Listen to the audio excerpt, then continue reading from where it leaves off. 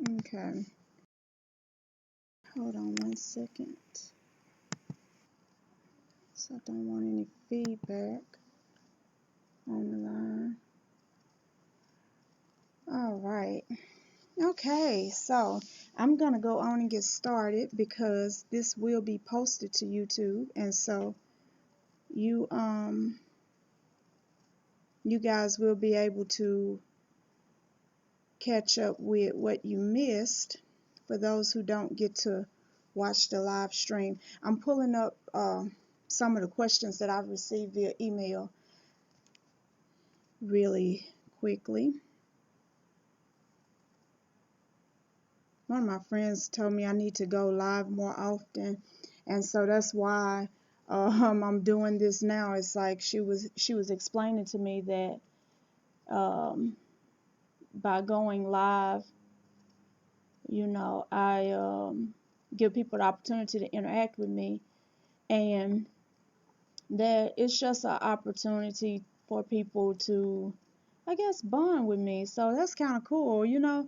It's cool to bond with people who actually watch your broadcast and stuff like that. And not to mention, I love what I do as far as question and answer and all of that. I really do love it. So,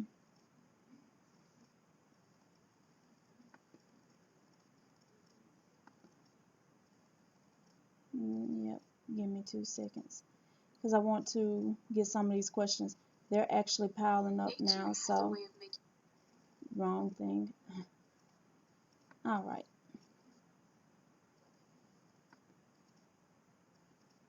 So, okay, here we go.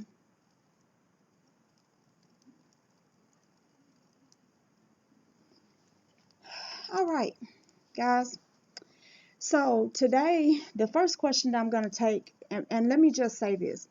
When it comes to spirituality, there is no one size fits all, unfortunately. And it would make life simpler. When you come out of organized religion, everybody's pretty much taught the same things. There's this ritual that goes into every aspect of the spiritual. Okay, and but when you come out of organized religion, sometimes you can feel a little bit lost, because now it's kind of up to you to find your way. And so this question comes from Shonda, and she's asking about how do you know which rituals you should do? And I think that's a really great question, and one that I have intended to cover for quite some time, trying to pull it all up and make sure that's all it say. So, okay. Yeah, so she wants to know about how to find the rituals that's for you. The thing is that each of us are in different stages in our life. Each of us right now are at places where we're in different places. Let me just say that. Some of us are in a place where um, we're free from a lot of the dogma or whatever, and we're in a place where we're just seeking to grow spiritually. We want to be empowered. We want to heal whatever. So that person's ritual would be different from someone who's coming into it because they're trying to manifest. And some people come into it for that, and no one has the right to judge them for that. So regardless of why you're coming into it, that's going to have a big part in what rituals you begin with. But one ritual that I suggest that everybody learn right off the bat is how to protect yourself spiritually. That's something that's for everybody. Now, I know there are some people who teach that they don't believe in doing a whole bunch of protection rituals, and they don't believe in lower level entities, and they keep themselves elevated above it. And I think I've touched on this before. Good morning, Latoya. Hey, baby. My husband is on. Hey, Steven. I miss you, babe. So for those people who are seeking spiritually, you first need to be covered spiritually. So protection can be something as simple like this is my talisman, and I'm in the process of making an amulet, but this is my talisman, and it's highly charged for protection. I have it charged to where it absorbs all negative energy sent my way, amongst other things. um you might have certain stones. Like, now this is a tiger's eye bracelet, but you can get these bracelets made with shoot, anything from amethyst to obsidian to onyx to jet to any of the protective stones, tourmaline. You can have bracelets with that. That's a form of protection. Saging is a form of protection, and clearing negative energy or whatever. So you got to develop something, whatever resonates most or best with you. This hair is on my nerves, y'all, this morning already, okay? So whatever resonates best with you. One size don't fit all. Some people can't take the smell of incense. Some people can't do the smoke in the house, period. So they can't do the sage and the incense and the burning anything. So for those people, you can get you some sage spray or some oil, some essential oils and different things like that. Spiritual baths is another thing. Get you some protective herbs and boil them for 10-15 minutes or whatever, and let it cool a little bit after you've strained it, and pour it over yourself. Or you can just put it in the tub and soak in it. There are times when I actually soak in my baths or whatever, because I just need the essence of those herbs to soak into my skin. So there's many things you can do to protect yourself, and that's for everybody. Everybody needs protection. And if you don't think that you need protection, think about your family, because just because you're on a really high vibration, and let me say this too, nobody's always really high. It would be nice, and I know a lot of people will sell you that dream and then have you feeling crazy when you have one of them days where you like, oh, I'm just not, and I'm having, and have you faking the funk. See, we have to get free. And I know this is like a rabbit hole, but it has to be done. We have to get free. Hey, Quinn is on here. I see you, goddess. So I think that's Quinn. See, guys, I'm trying to keep up with chat. I probably should have brought my glasses. But we have to get free and get to a place where we quit trying to pretend, because that's the whole reason why you come out of all of this organized matrix crap, is because you're tired of pretending. You want real results. You want your life to show the proof of your spirituality. You want something beautiful, something wonderful. So to do that, you have to be able to be honest. And in other words, you're going to wake up some days and be like, oh, I don't want to burn a candle. I don't want to light an incense. I don't want to pray. I don't want to meditate. I don't want to do anything. I just want to be left alone. Or this person is on my nerves. You're going to have those days because you are still wrapped in this flesh. This flesh, this technology brings with it a certain type of feel, flow, a certain type of energy. So, don't pretend like you don't have low days, and don't get down on yourself because you happen to have a low day. It's okay. It is perfectly okay. Now, let me go to another question. You guys feel free to ask questions in the chat. I'm going to be watching the chat box as we hang out. Okay, this one is from Jerome, and he wants to know, how do you know when your ancestors are around you? Is there a particular way that you can see or sense them? That's a good question. Sometimes you can sense them. Sometimes it's very obvious. Other times it's more or less a knowing. But whether you can feel it or not, you just got to know that your ancestors have not forsaken you. Some people teach that, your ancestors are not there because you don't acknowledge them. Your ancestors are a part of you, down to your DNA. That your ancestry is in your DNA. So they have never left you and never will. They can't. Now, from a spiritual perspective, if you're not acknowledging them and different things like that, then you're not bringing them into your life and giving them place. If you're not practicing ancestor veneration, then of course they probably are not as active for you as they could be. You have the different aspects of them wrapped up in you, but when it comes to spiritually bringing them into a place where they're working for you, they're a wall of protection, your first line of defense against spiritual or psychic attack or whatever, then you need to practice ancestor veneration. Everybody practices this differently, depending on different systems, spiritual systems that you may feel like resonate with you. They'll teach you how to do this differently, but generally speaking, the primary thing is that you want to pour libations when you can. you want to light a candle for them. If you're eating, okay, like perfect example, my grandmother used to make we used to call them croquettes, but it was like mackerel patties or whatever and smothered potatoes. And every time I have that meal, I think of her. And I don't cook it very often, but let's just say you're cooking a meal that your grandmother, or your great grandmother, or your mother, or your father, or whoever used to really like. You will take that meal, and make a little small plate and put it on an altar for them.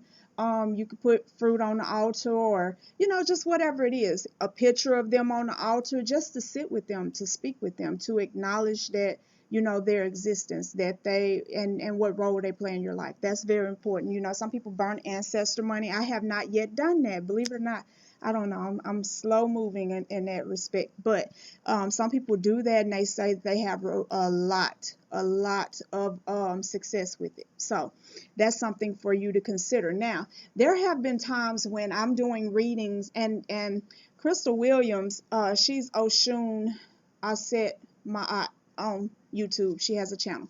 Crystal Williams and I were talking, and she said, you're a medium, and you just need to just accept it, because I was fighting that aspect of it. I didn't like that part. But there have been times when I have done readings, and somebody's ancestor will pop up wanting to talk. It's like, and there have been times where I literally can feel them, touching me. I can feel the energy touching me, or it feels like somebody's breathing. You know how somebody's standing over you, watching what you're doing, breathing all on you and stuff. It was that same type of feeling. And there have been times where I see orbs or shadows or movement, and sometimes where we have a full poltergeist going on over here in this house, and I have to clear it out completely. It's like, no, y'all got too much going on. Okay, so that's so it can, I mean, no one can tell you that, oh, you're not feeling your ancestors, or you didn't just see what you saw. If you saw it, you saw it. Everybody's experience is different. So that, to you, Jerome, I say that if you feel like you're feeling your ancestors, if you feel like you're seeing them, then probably you are. That's probably the reason why you feel that way in the first place. But they're always present. Don't even doubt that for a moment. Here's the thing, guys. This is funny to me, because from my perspective, coming out of Christianity, we were taught to worship God. We worshiped him in spirit and in truth and in the beauty of holiness. And we would lift him up, and we would praise the name of Jesus. And we took all of this by faith. And most people did not have a real spiritual experience. Some did. Many didn't. Many took it for years without any real proof that they were there, but they just took it by faith that they were. There are some things, I don't care what spiritual system you're in, you're going to have to take by faith. You're just going to have to know that you know that you know. Like, for instance, I've never been to India, but I know that I know that I know that it's there. Enough people from there have come over here. I've seen it on TV. And so I just know that there's families in India. I just know certain things. I just know. I have to take it by faith. Now, you guys, you might feel like that's a different story, but it's really not. It's the same thing. Enough people have enough experience with the higher power, or with their ancestors, or with different deities, different energies, whether they're working with angels or demons, because people do both. And one day I'm gonna do a video about angels and demons, and the truth about how that polarity even came about. We're going to talk about that. But you just end up having to take it by faith, and then sometimes you end up getting something that qualifies as proof. Okay, now let's go to another question. All right. Oh, this is a good one. Someone wanted to know about books that I read. Personally, I do a lot of reading, okay? And I didn't bring my book list in here. The book that I'm currently working through, and I say working through, I'm not just reading straight through it, is about Enochian magic. this book is taking me some time to work through because I'm taking notes and I'm trying to learn to draw sigils. I'm not artistic, you know. The limitation of my creativity is writing. So when it comes to every other artistic form, I'm kind of really just not artistic. But anyway, so I'm reading that book. I tell everyone definitely read the Hermetic Principles. You know, learn those, not just read them, learn the Hermetic Principles. Learn, you know, read through or go through the Egyptian Book of the Dead. Whether you do it via the videos that are on YouTube that go through them, or you get a book and read about them, learn all of that stuff. Learn the 42 laws of Ma'at. You know, these are starting points. And then you can get into some of the books, that the mystical systems and some of the grimoires and all of that. I have ordered several grimoires. I have not actually gotten into them. They're in there in my room. I just haven't made it to that point. Hey Nancy, how you doing, sweetie? So so I haven't made it to that point to go through the grimoires. I'm still kind of working on the Enochian magic. Okay. But before you get to that, you want to start with giving yourself a nice baseline. You know, read something on quantum physics and um, let's see.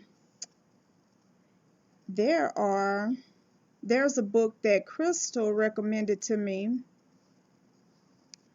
The Lost Spells of Moses. That's one of them. And I have read through some of that. And the next one that I'm doing is At the Crossroads. I haven't read through that one yet, though. If you're looking for spiritual systems, I read a book about the path of Ifa, you know, dealing with the Orisha. There are several books on the Orisha, but that one was really good. It was a good overview, but this is the problem with when you're trying to find books about the Orisha, is it seems like they primarily stick with just the main ones, but there are hundreds of Orisha, but most people only write about like Oshun, Yemaya, Oya, Shango, Ogun, Obatala, Olakun, which Olakun and Yemaya are like two sides of the same coin. Just the primary ones. You understand what I mean? And so because of that, Orumila, but there's others like Oba and different ones that people are not writing about. So you really probably have to do a lot of online research to find that information. But that it's a matter of what you're interested in, which books you need to read. But it's always good to start with universal principles and, you know, allow that to be your foundation and then build up from there. I just got another my my sister just texted me. That's cute. Okay, hold on. She texted me a question.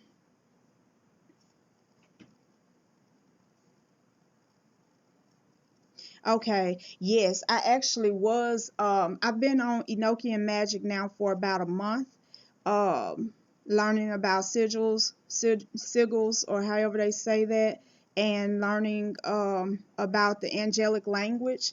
I was already reading up on that when I saw the vortex. So that's actually interesting. Okay, now let me kind of get into something, guys, and then I'll do some more questions. When it comes to us being who we are, because many of you are right now going through a birthing process, you are growing into who you're about to be.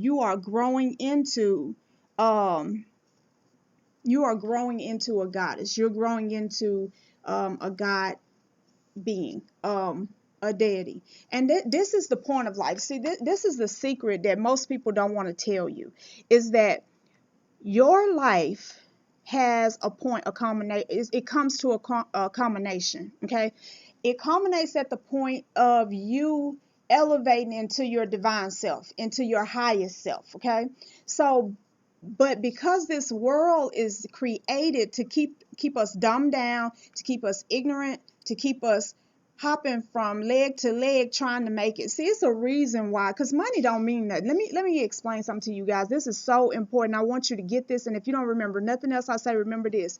when people start talking about the powers that be, those who are in charge, those who profit off of running this matrix, it is not the money. It is not the money. It's the control. But to control people, you need to monetize their lives. You need to get them to a place where they can never pay back, so to speak, what they think they owe. You need to get them to a place where they are consumed with this idea that money means something. Okay. And so when you get them to that place, you got to have money to eat. You got to have money for water. You got to have money for gas. You got to have a car. You got to have a home. You got to have clothes. You got to send your kids to school. That costs money. Nothing is free anymore. Not a thing. Guys, hold on one second. I knew somebody was going to come. I might have to pause this and then come back to it. I might have to. I'm going to see if I can even do that. Okay.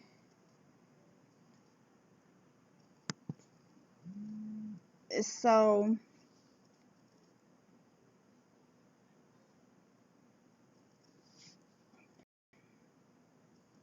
okay, guys, I'm sorry about that. I had someone to come. I knew somebody was uh before I finished what I was doing. I just anyway, getting back to what I was saying.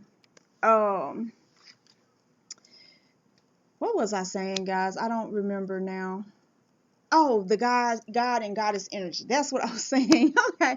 So, the thing about that is this world works contrary to that. Okay. And so to keep us under control, there has to be mechanisms in place that keep us from rising. Okay. You can't control a God. You can't control a goddess. And see what we have done, you have to watch fads all the time, because this is what a fad will do. A fad will a fad will come along and it'll cover up and kind of water down what's really going on over here. The real movement is the God and Goddess movement. But the fad is introduced so that people will say, oh, they're just saying it like, oh, I'm a goddess. It's like, yeah, you are a goddess. You're such a goddess. It's like, oh, you're such a god. You're so amazing or whatever. But it means nothing to them, because to them it's just a word like king and queen. We went through that whole thing. But all the time, the titles of the fads have been elevating. Why? Because there's an elevation going on for real of people. There are avatars of deities walking the earth, and I've said that before. There are people with true God, goddess energy, a divine right to that energy exists in them. Okay, so because we are afraid of being, tagged as crazy, and we don't want to lose our family, we don't want to lose our friends, we don't want to seem prideful or whatever, we allow ourselves to just ignore what we know to be true. Okay, we know that we have certain abilities and powers. We know that we're able to do certain things and make certain things happen. We know that we can manifest a lot quicker than most people because of who we are. We already have seen the proof of it in our own life. We have seen the proof um of being able to say read minds. We've seen the proof in our own life of being able to see the future. Okay, we've seen all of this. But the problem is we have not been taught how to harness it, and we're afraid of being out there on our own. Okay, we don't want to be that person that everybody pointing at, laughing at, talking about, that girl think that she a real goddess. Do you know she actually had nerve to say blah blah blah? Like, she had nerve to say she know how to make it rain. She can make it rain when she get mad. She start crying, it just start raining. She had the nerve to say that she has the power of necromancy. She can bring dead people back, or she can always tell when somebody is about to die. So we don't want that stigma.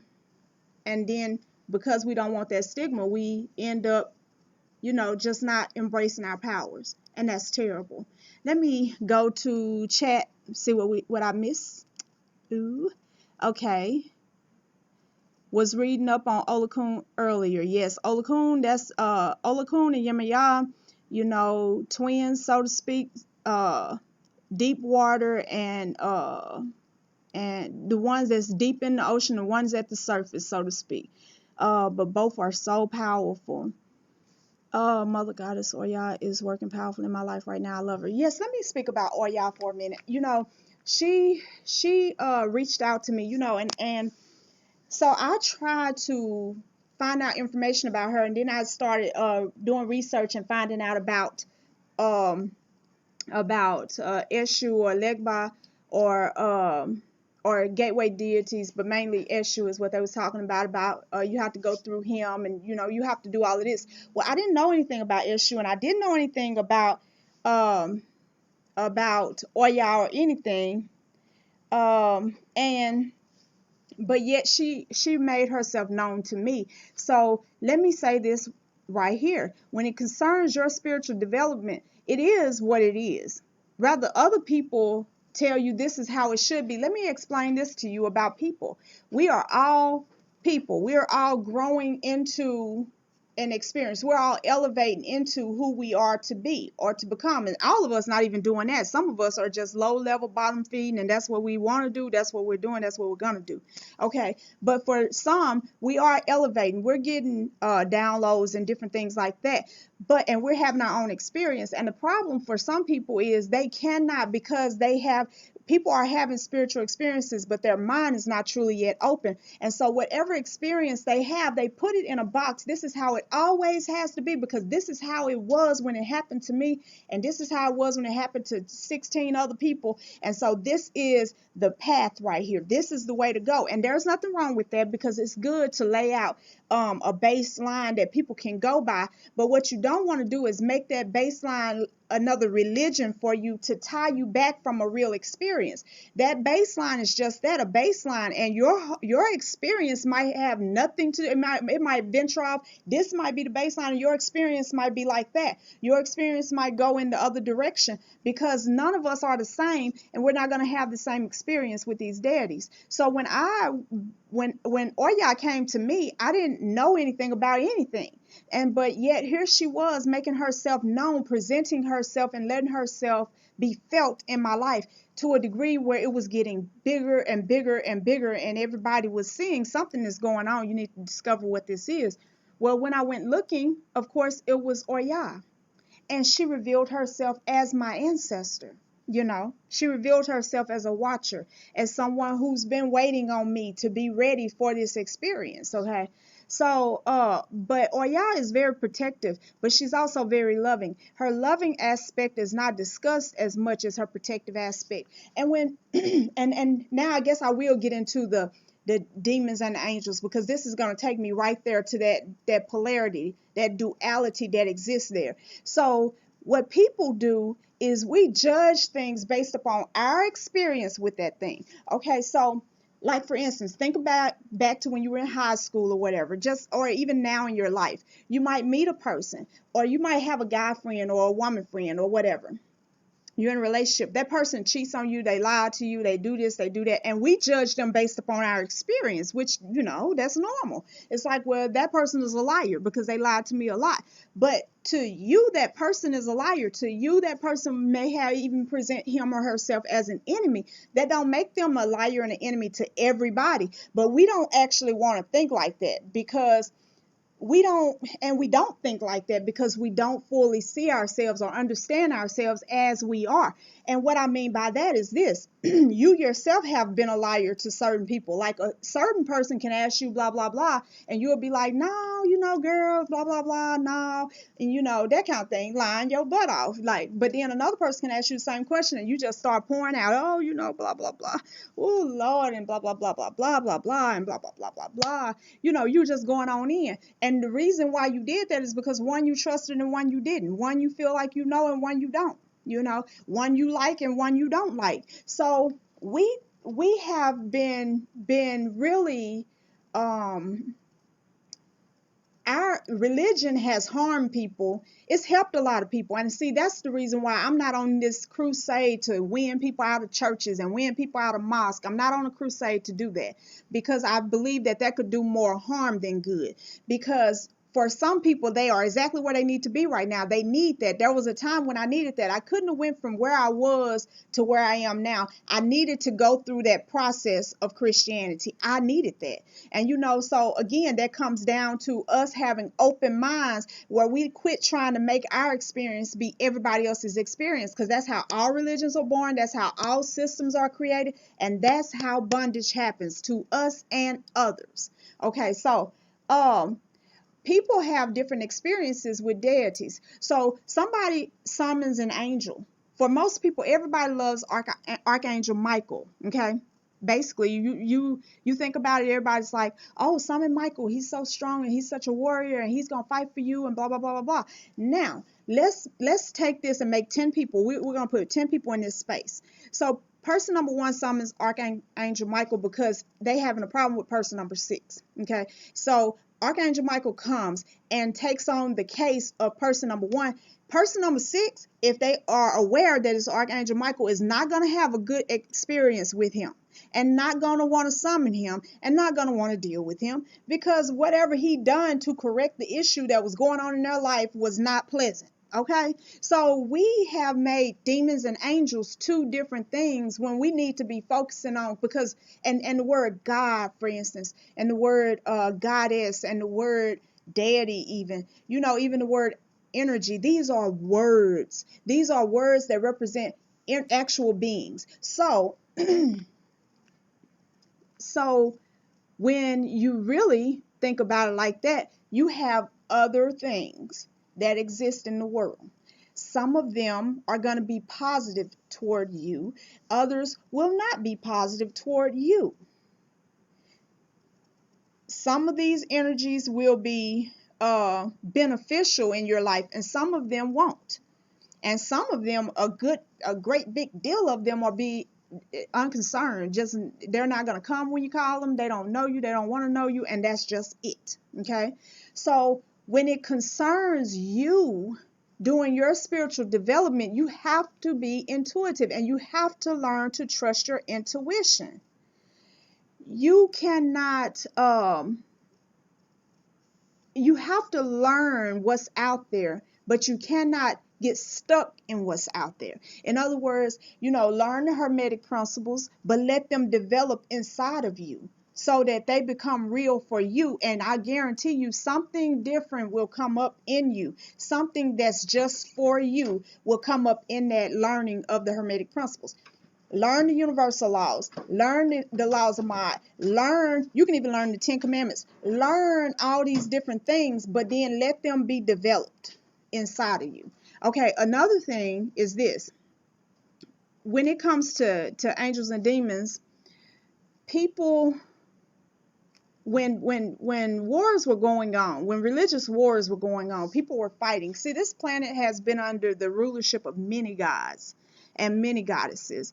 This planet has gone through so many different shifts of consciousness and so many different shifts of states of awareness or whatever. So during different religious wars, okay, whoever is winning the war is going to demonize whatever they take over. And guess what? The person who loses is now in a place where they can't really argue their point. Now, can they? So if I got a God and you got a God and we come head to head, we knocking heads, okay, and I overpower you, in the name of my God, because that's what people do, then you will be like questioning your God. First of all, you're gonna be mad because I overpowered you, and you really thought that your God had your back. Then you're gonna wonder why I was able to overpower you, which makes you curious about my God. See, a lot of times we say these people just demonize, they did this, they did that, like they did that all by themselves. There has to be some complicity there. So what happens is, I'm already mad at my God, and here you are talking about my God ain't real or my God is weak, and this is why this happened. And you start telling me all these good things about your God, and I can see the proof because I'm at a place where I've been subjected. I've been pushed down under you. So now I'm trying to get in with your God. I need a God that's going to give me some power and give me some victory and give me some, whatever it is that you have and that my God has failed to do. So the demonizing of different energies, because I'm gonna tell you this too, the same way um wars were fought for land and people or whatever, for people, religious wars. Spiritual wars are always going on. Everybody's not privy to them, and that's a good thing. Okay, so what happens is, let's just say let's use Baal and Yahweh. We'll just use these two deities. So let's say Baal was at a place where he was ruling for hundreds of thousands of years or whatever, and everybody knew Baal, and everybody, for the most part, worshiped Baal or whatever. Okay, along comes Yahweh.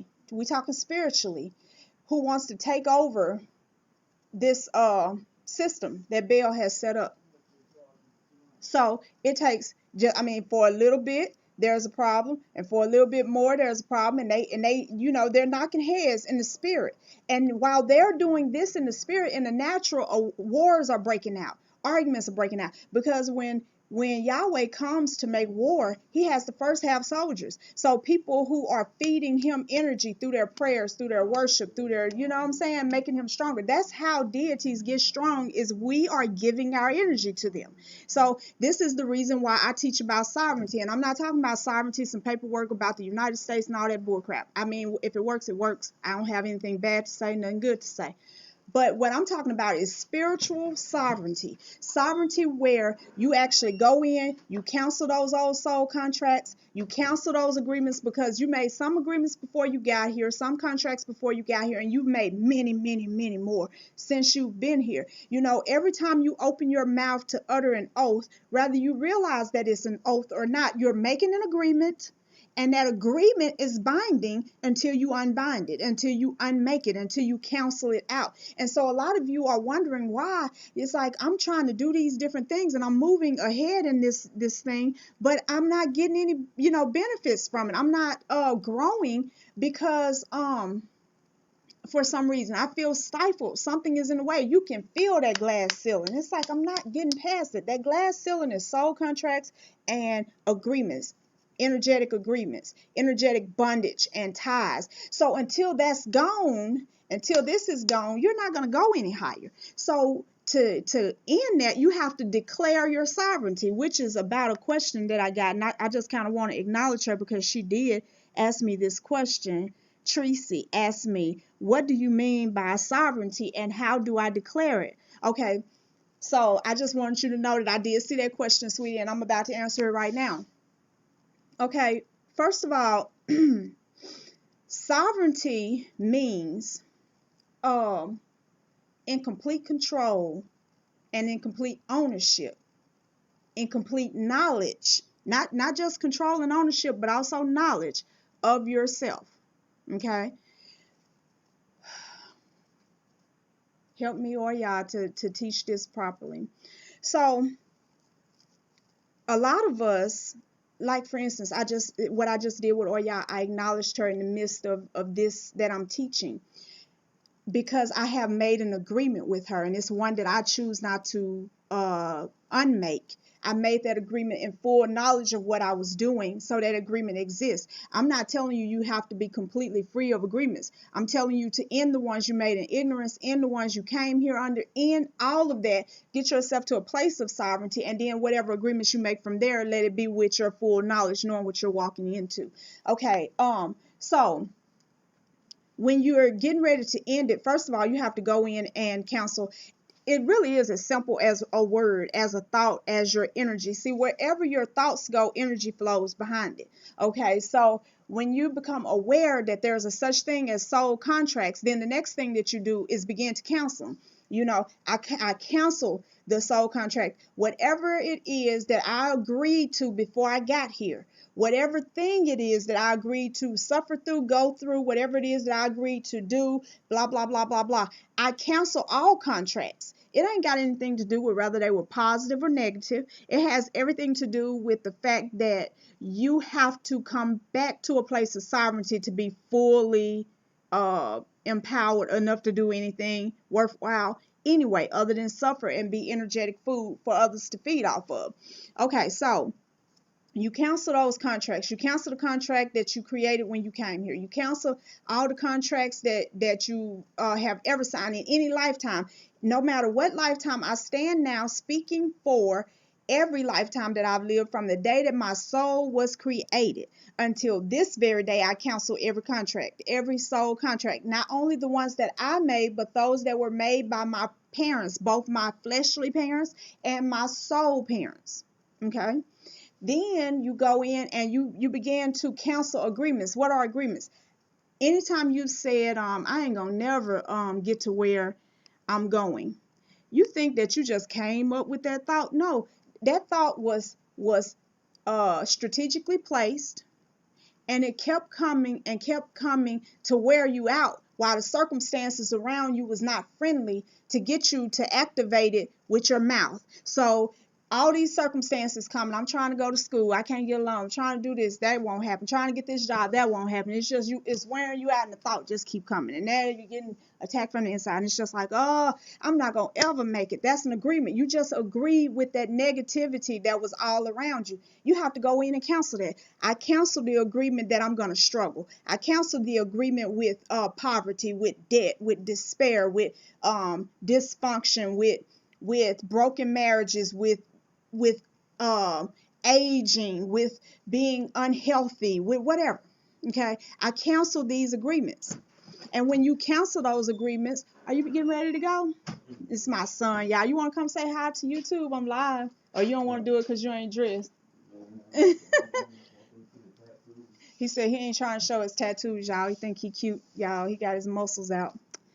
Boys will be boys. Okay, so when you go in and you do that, and just let me tell you this is an ongoing process, because there are going to be times when you come aware of a time that you made an agreement that you don't even remember making. But then when a situation presents itself, see, anything that comes into our life has to come with permission, because whether we exercise our sovereignty or not, we are to some degree sovereign. So, people like to say, well, I don't like this kind of teaching because a person might be born, you might have a baby that's kind of developmentally disabled, or your child might be murdered young, and this and that and the other, or you might end up in a car accident and lose a leg, and you might, all of these different things. All of these things cannot happen without permission. And until we realize that the natural is a very small fraction of reality, this 3D reality is not even reality. It's a very small fraction of what is real. And so spiritually is where the work is. Spiritually is where the power is. Spiritually is where you come in and you start knocking stuff out. So if you don't want these things, you got to cancel the agreements that allow it. See, some of us came in because we wanted to do a work, and they told us that it required a certain amount of suffering to be activated. See, all activation is just about going to require suffering, some kind of thing that you got to go through. So we come in with this agreement that we're going to go through that. Well, when you get to a place of awareness where you realize that there was potentially an agreement made for you to suffer, you probably already suffered all you need to suffer. You in that stuff. It's over with. And that's what I did. I sat there at my altar. I went into meditative state, and in my mind, I began to visualize papers, mountains of papers, and all these papers had different things on it with my signature, with my approval. Okay. And so I just began to, in my mind, I could see myself striking through it with red. The devil is a lie, basically, how they say it in Christianity. It's like the devil, I'm done. I am done. I cancel every contract. I cancel every agreement. I am sovereign. I am in complete control of myself. I am in complete ownership of myself. Nobody owns me. Nobody controls me. And I am in full knowledge of myself. Nobody else can hold any knowledge away from me about me. So I take all of that back. And then you begin to call in also all the pieces of yourself that exist on different multiple planes and different time periods. Some of us right now are still 15,000 years in the past. A big portion of us are still back there because of some trauma that happened in some past lifetime. And a big portion of us, see, because we don't realize that time is relative, it's an illusion, and it's not a forward progression type of thing, but there's a circular type of thing going on when it concerns time. It's So the future is happening even as right now is happening, and the past is still happening too. We have all of this going on at one time. So when you get that awareness, you call all of that stuff back in. I call all of myself back together. Every piece of me. I will not be I would not be fractionated at all. I probably made that word up, but it don't matter. Y'all know what I'm saying.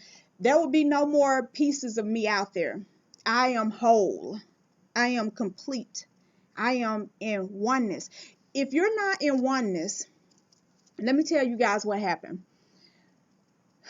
When you are fractionated and you start trying to do spiritual work, you're speaking, and you're all, every piece of you everywhere you are is speaking for you and them. So any one of you guys that's doing any kind of work are speaking for you and them. You don't know what the person 20 years in the future know. You don't know what the person 15,000 years ago knew. You don't know what vibe they got going on right now.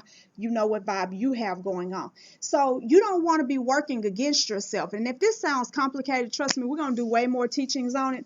You don't want to be working against yourself. So you begin to say, all of me is one. We're going to share one mind, one existence, one soul. That's not to say that you're going to be moved from that place or moved from that place physically. But what happens is you come together collectively. It's almost as if you're thank you, sis. Fragmented. Thank you. That's the word, fragmented. I was like, dang, where is that word? Oh, well. So I love my sister. So she always right on time. So what you do is you call it all together. You become whole, and it's almost as if, because here's the thing. This body, like any other body that exists on any other realm or any other time frame, is an avatar. It's a car that's got to be driven by somebody, operated by somebody, controlled by somebody. Somebody is your higher self. Okay? When you come to oneness, all of that goes back into there and you pull it down into here. Okay? And not only do you do that, you make sure that each other part of you, everywhere that you are, has access to the wholeness, not different fractions and different things like that. Fragments, but each of you are whole now, able to make decisions out of knowledge, wisdom, understanding. Okay, let me go up here and see what we got.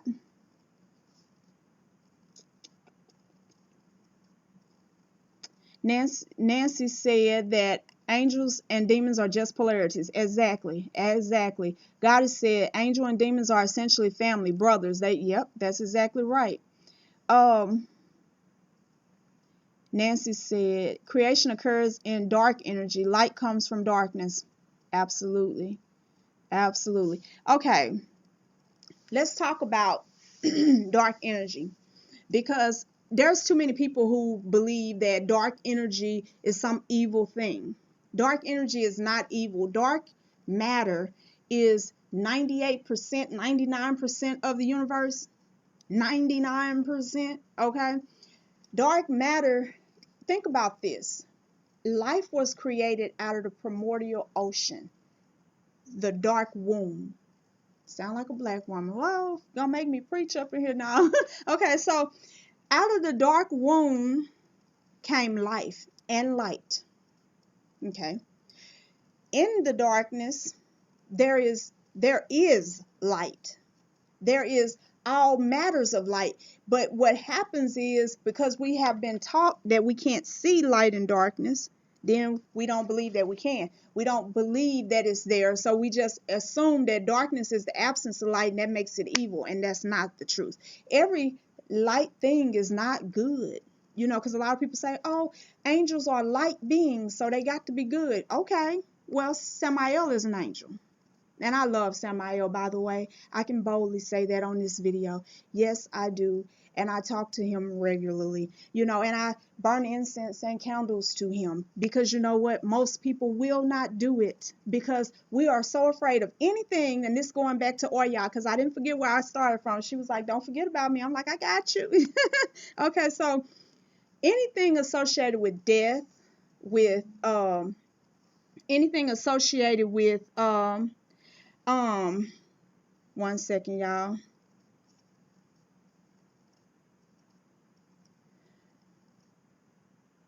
um, anything associated with something that we're afraid of, we all of a sudden kind of make it evil, make it mean, or make it scary, make it something that we have to be careful of, or whatever the case may be. Um, but at the same time, one of the things that we do all the time is we try to run to that has what we think we want and think we need. You know, oh, I like Oshun because Oshun is love and there's just no darkness in love. Okay, you probably want to read her story. There is no such thing as a being that doesn't have the ability to have both good and bad sides. Okay, you are the balance of darkness and light, or good and bad, so to speak, because that's the term that we use. So when you think about it like that, you have to understand that, you know, you are not going to be, you cannot polarize your existence like that. Balance is the key. Balance is where power comes from. Balance. Okay, so for some of us, when we run straight toward the light and we leave the darkness behind thinking that we did something, you finna come full circle right back to it. Because what you're going to find is that too much of anything is just a bad thing. Too much of anything. I remember when I was young, I love some sea salt. I love salt, period. I used to just pour salt in my hand and eat it out my hand. Just love salt. Okay, and then I discovered, like my mama told me, she used to tell me all the time, you can have too much of anything, too much of anything. You know, you can drink so much water, you get water intoxication, you can die from water. Okay, too much of anything. But so people who are afraid of the dark run toward the light and they leave a piece of themselves behind. They go running from themselves and they have to keep coming back facing and coming back facing. They start feeling like a failure and they just give up. All light working don't work. I'm just gonna go be a Buddhist now. I'm just gonna go do this. They searching. They from every spiritual system it is, round and round and round and round and round they go because they don't want to face certain things. Here's the thing. Let's look at Oya for example. Okay, she walks between worlds. She walks the line between worlds as all witches do. Oya is, believe it or not, the mother of, or the beginning of magic. Okay, why is she the beginning of magic? Because magic starts on that thin strip that divides worlds. Because what is magic really? See, magic is not, okay, it is supernatural to some degree, but it's really not supernatural in the way that we understand it. Magic is just high science that regular science has not gotten to proving yet, but it's a real thing. It works a certain kind of way. It has rhythm and reason to it and purpose. Okay, so in that place where you are in between or on the veil, you hold the veil that divides the worlds, then basically the things that we call it, when we're manifesting, what are you doing? You're calling into 3D realm something that once only existed in thought form in your heart space as an energetic idea or imprint. So therefore it exists on this side of the realm because this side of the realm is made up of thoughts and made up of emotional imprints and this, that, and the other. So to get what you want here, you got to pull it from here. You got to go through the veil. That don't matter what it is you're trying to do, whether you're trying to manifest love, whether you're trying to manifest money, whether you're trying to manifest health, whatever. You got to come through the veil. So the one that holds the veil holds the power. That's the power of Oya. So when people start trying to run away from her, they're running away from the power. You are not going to get anything really, really done without her. Now, you might not call her name. You might call her a million other things, because I'm going to tell you guys another thing. You guys think that it is all these millions of different energies. Don't get me wrong.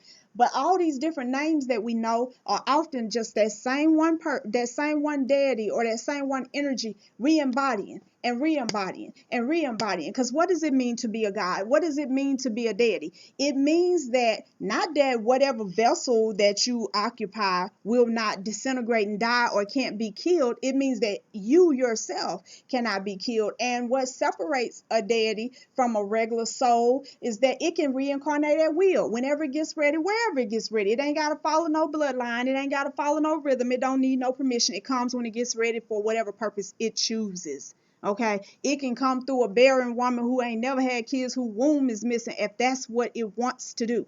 So that is the power of a deity. That is that immortality. That is that sovereignty. Okay, and that is the place that we're supposed to be ascending to. Yeah. So when it comes to Oya, people fear her because you can't really think about Oya without remembering that she's the keeper of the cemetery. Okay, now I grew up afraid of cemetery.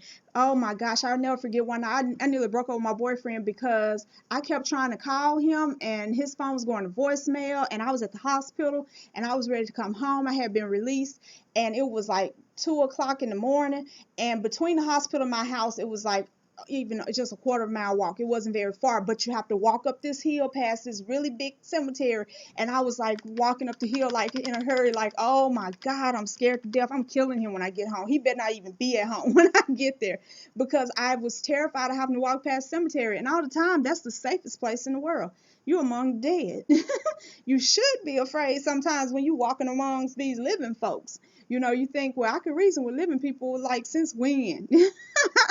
You know, so dead people hold no harm towards you. Um, let's see, what am I forgetting on, y'all? So people are flock to her for the marketplace. They don't want to flock to her to avoid the death. They don't like a storm. A lot of people don't like things that's unpleasant. And so people who don't like things that's unpleasant can only go so far, because this life is not guaranteed to always be pleasant. Unfortunately, I know you might not want to hear it. It's true. So when it comes to growth, spiritual growth, it's going to take you to some unpleasant places. It's going to take you through some valleys, through some struggles, through some trials. It's going to show you yourself, because see, some of you are deluded. You know, I was deluded. I'm not, I will never talk about you worse than I have had to look at myself and talk about myself. Okay. So some of you are deluded. You really think that you're just a good person. And that's just it. That's your story. I'm a good person. I don't understand why people don't like me, because I'm really a good person. You don't never think about you make it your business not to think about what lies you've told, what people you've hurt, how many hearts you've broken and played with, how many times you disappointed your kids, disappointed your husband, disappointed your wife. You don't want to think about how often you've lied on your taxes, lied on your applications for food stamps. No, you make too much money, but you getting them anyway. And I ain't gonna say I don't blame you, but I mean, it's just the point that a lot of us are not really great at looking at self.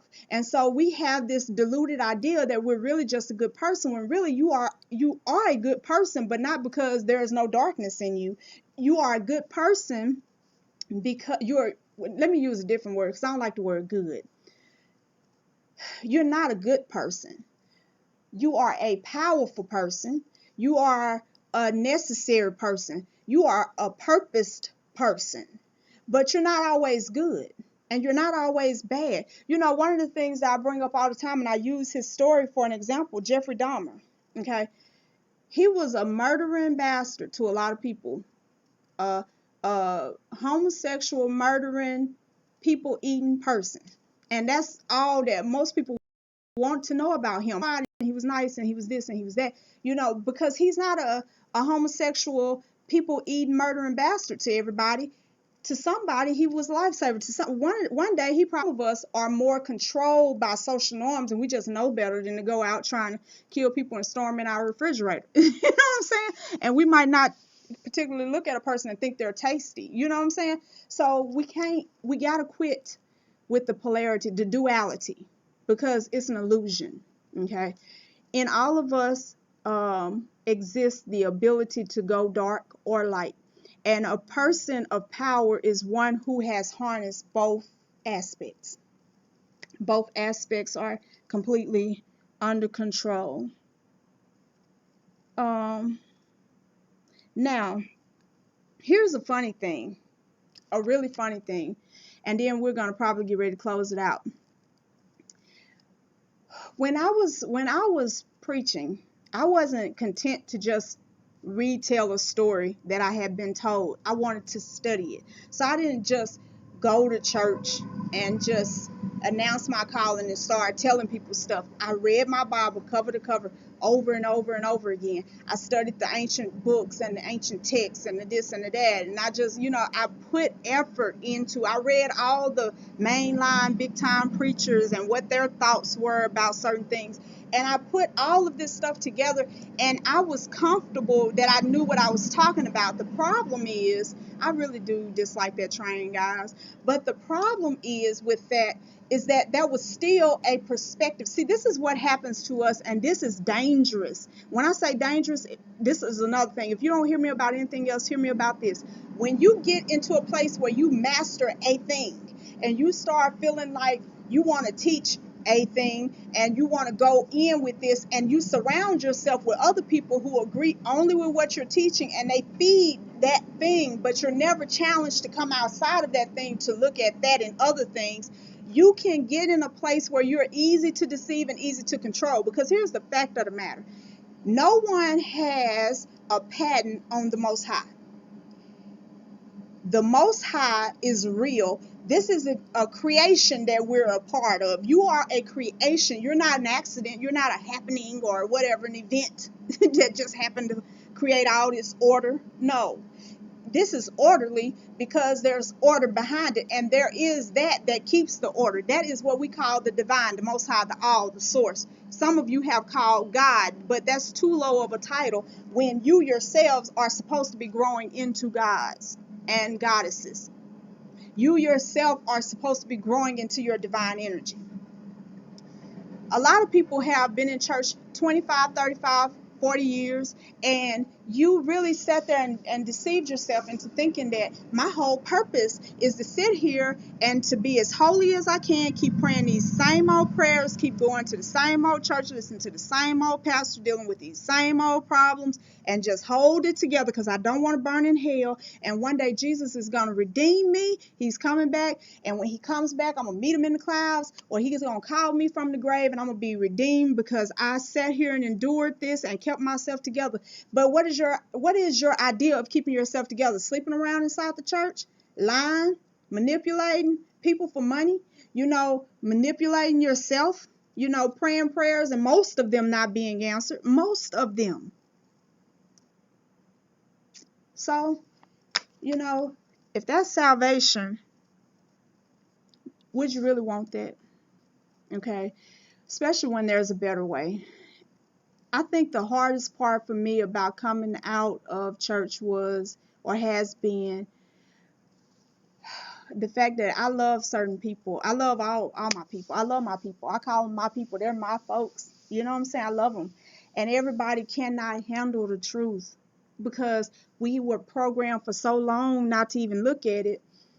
The one reason why Christianity and Islam is so successful is because to a degree they feed off each other, and they're created to cover up the loopholes with fear. Every loophole has a fear to it. Okay, so then why wouldn't this happen? And why wouldn't that happen? Like, for instance, I tell you the story of Moses and the Egyptians. Okay, he went back to Egypt, and he had his staff. So he threw his staff on the ground, and it became a snake. And so the other Egyptians, they recreated that same thing. They threw their staffs on the ground, and their sticks or staffs or whatever became snakes. But then Moses' staff ate up their snakes. And so people would preach that and say they were magicians. It's like, so then Moses was a magician. No, Moses was being led by God. But how is it different? Both of these people took some damn sticks. Follow me here. Threw them on the ground, and they became snakes in full view of everybody. Okay, and then this person's stick snake ate all of these people's stick snake. Either they all was magicians or they all was following some kind of something bigger than that. Okay, so then they say, well, they was worshiping a false god. That's the power of the devil, and God is stronger because now they can use the stick snake and say, well, God's stick snake ate up everybody else's stick snake. Okay, I got you. I understand. So you're saying that this God is stronger because, that happened. And then all of a sudden, you got the issue with the firstborns being killed and needing to mark your doors. You can believe that it was some Egyptians up in there like marking their doors. Like, they marking their doors, I'd be damn, I'm marking mine too. You ain't getting mine. I don't know what's coming, but whatever coming, I'm gonna be covered. Because that's people, and people not stupid, okay?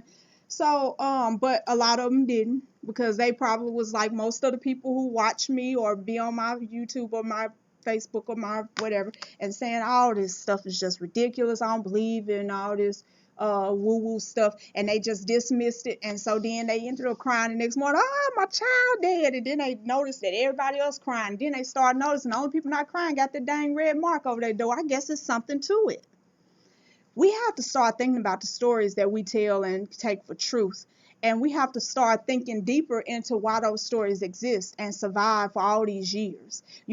These stories are set to place fear, because if you can make a person afraid of something, you no longer have to control them by hand. You can release them and let them go free. Give you another perfect example. When I was in prison versus jail. In jail, you lock down. You don't have no freedom to roam around and this and this and that. So a lot of people who had been in prison before, I was sitting in jail with them. We were waiting to go to prison, and they was like, man, I can't wait to get to prison. I'm like, I just want to stay right here in jail. It's like, I don't want to go to prison. Oh my God, I don't want to go to prison. They're like, yes, you do. It's like, you don't want to be here, and then you get to prison. It's like, so I could just get up and go to the library, not just really get up and go. You have to ask permission or whatever. But still, at a certain time you can get up and go to the library. You can get up and go to the beauty shop. You can get up and go to a child. You have that freedom to roam. You're not so restricted or whatever. Because you know why? They know they got them fences around. They got the people posted up with guns around. They got dogs around. They got all of that around. Plus, they got you afraid by this time. It's like you are in prison. You can try to escape if you want to. You will end up doing life. Like, do not play no games. By this time, you're afraid. So most people are not going to try to escape. It happens sometimes, but most people just ain't going to try. Fear is the best system of control there ever has been and ever will be. Now, let me look at some of you guys' comments, and then we're probably going to close this out. I don't want to talk to y'all all day long. Y'all will be like, man, yeah, Lucifer is being a light. Exactly. Mm-hmm. Hey, Harold, my brother is on. Woo, I can only imagine the conversation we're gonna have on the phone, y'all. My brother is a licensed minister, and he is a powerful minister. He's actually one of those good ones that actually care about people. That's getting rare. Yes, I don't know who this is. Riri-licious. I like your name though. She said, you can think of any angel that had to take out cities in their midst. There are some angels that had to be locked away and fractured folks. Yes. So when you think about that now, they're telling you that angels are beings of light. But then when you think about Sodom and Gomorrah, they was destroyed by angels under the word and of the Lord of God. Okay. So we have it's people who be like, they praise God and they actually talk about, oh, God will get you out. Don't make me pray, because God will come and he will destroy your whole house and your whole family and your whole bloodline and yum, yum, yum, yum, yum. They have that whole thing going on, right? And then you present them with some new information and they be like, I ain't worshiping no demon. Demon's evil. Oh, they are? Demons evil, huh? Yeah, because demons, they try to destroy your kids and try to destroy your family. Wait, so then you're a demon. Because didn't you just say something about praying to God and having him do all that same stuff? You know what?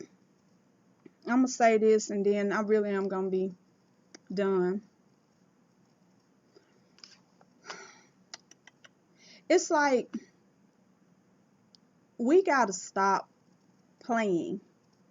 And I say playing because we're toying with ourselves. We're wasting precious time. If you don't have to come here 4,000 lifetimes to get this one lesson, then why should you? Has life been so beautiful, so good, and everything so perfect that you want to keep going through it over and over and over and over again? I'm going to tell you another thing. The more you come back to learn a lesson, the harder that lesson is the harder the lesson is. It's like the teaching of it gets more difficult. It becomes more painful, more and more and more painful. So the lesson, to give you a cheat sheet, most people don't like giving you cheat sheets because people don't appreciate stuff that you give to them. But I try to give anybody anything that I have at least once. If they don't do nothing with it, that's their loss. You can't blame me. I will be free karmically, not that I necessarily even believe in karma per se, and one day we'll get into that. It won't be today, I don't have time, but I will be free. Okay, so when it comes to the lesson is to take, and if this sounds really metaphysical, really occultish, really esoteric, it is. That's why it's such thing as the occult and the esoteric, because the whole purpose is to separate the subtle from the gross or the base, to separate, a separation. We're talking alchemy, okay? This body has to exist exactly as it is to be here, okay? But it's not meant to be your prison, only a home. Now, anybody who has a home or an apartment or whatever, wherever you live, you're not always in your home. You don't have to always be in your body, but it still can be your body. See, I can buy a house in wherever. It's going to always be my house until I sell it. You know what I'm saying? That don't mean I have to visit it more than once a year. I don't have to visit it at all if I don't want to. Okay? But it's still my house. So when you're in this life, your goal is, and I want you to listen well, your goal is to grow out of the place where you need this body to feel like you exist, where you quit identifying yourself as this body. When you realize that you are bigger than the body, this is something you're controlling right now. Where are you? Where are you right now? Do you think that you're sitting right here in front of this screen watching me, or in front of your phone or whatever? You're not. That's not you. That's your avatar. Do you think you're looking at me? You are not looking at me. You have never seen me. You don't even know me. You know the bits and pieces that come out of my avatar that I'm controlling. So where am I? Where are you? Okay, so a person could say, here, in this space, up here. Okay? Where is that? I mean, I look over my head, I don't see myself. You see what I'm saying? There's nothing but wall back there. I don't see me. And so because we are very base and very gross in our understanding, we have a hard time separating out. When you understand that in this place that I exist right now, I'm sitting here, I'm talking, I'm moving my hands. That's one aspect of what's going on one dimension of what I'm doing and where I am. But right now in this place can be 100,000, 100 million, an infinite number of things and people and activities going on in this same space, because realms are stacked on top of one another. All of this stuff, this fractal, is huge and it's very small. You don't have to understand the whole big thing, the whole grand design. You don't need all of that. If you can see this one little spot, that spot is the totality of everything else. Everything that you can learn in this spot, everything, is also exactly what you'll learn out there. So then, I don't need to search out there for answers. I don't need to look out there for salvation, for this, for that, for this, for that. I don't need to give up my energy like that, because what I am in my very moment that I'm existing right now is a complete and total fractal of everything else. That's the point of oneness. Everything is the same, and everything is a part of everything, But at the same time, in our individuality, because that's a beautiful thing too, we're not meant to be some big mass of all the same things. We are all the same things, but in difference. Like this one body is a body. My eye is part of my body, but it is an eye. And I can't treat my eyes like I treat my feet. Can't walk on my eyes. But they work in tandem. You understand what I'm saying? But I don't want my eyes to become my feet. I don't want feet sticking out my head. Do you? Okay? So we have to think about that. Your job is to separate the subtle, that's spirit, that is really you, from that's not. Pull yourself out of the lie and accept or grasp a hold of your divinity. And to do that, you must first be whole and you must be sovereign.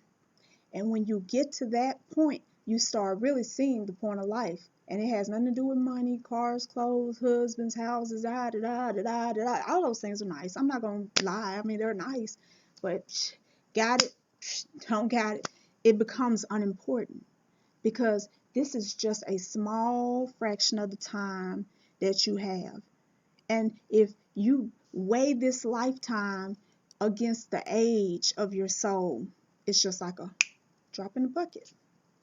I mean, it would take longer for me to snap my fingers than it would be for you to live this whole life compared to how old you are.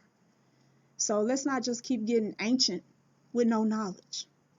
Let's let this life mean something, because your next life, you're going to remember everything. You're going to remember everything. And that can be to your benefit, or it can be to your greatest pain.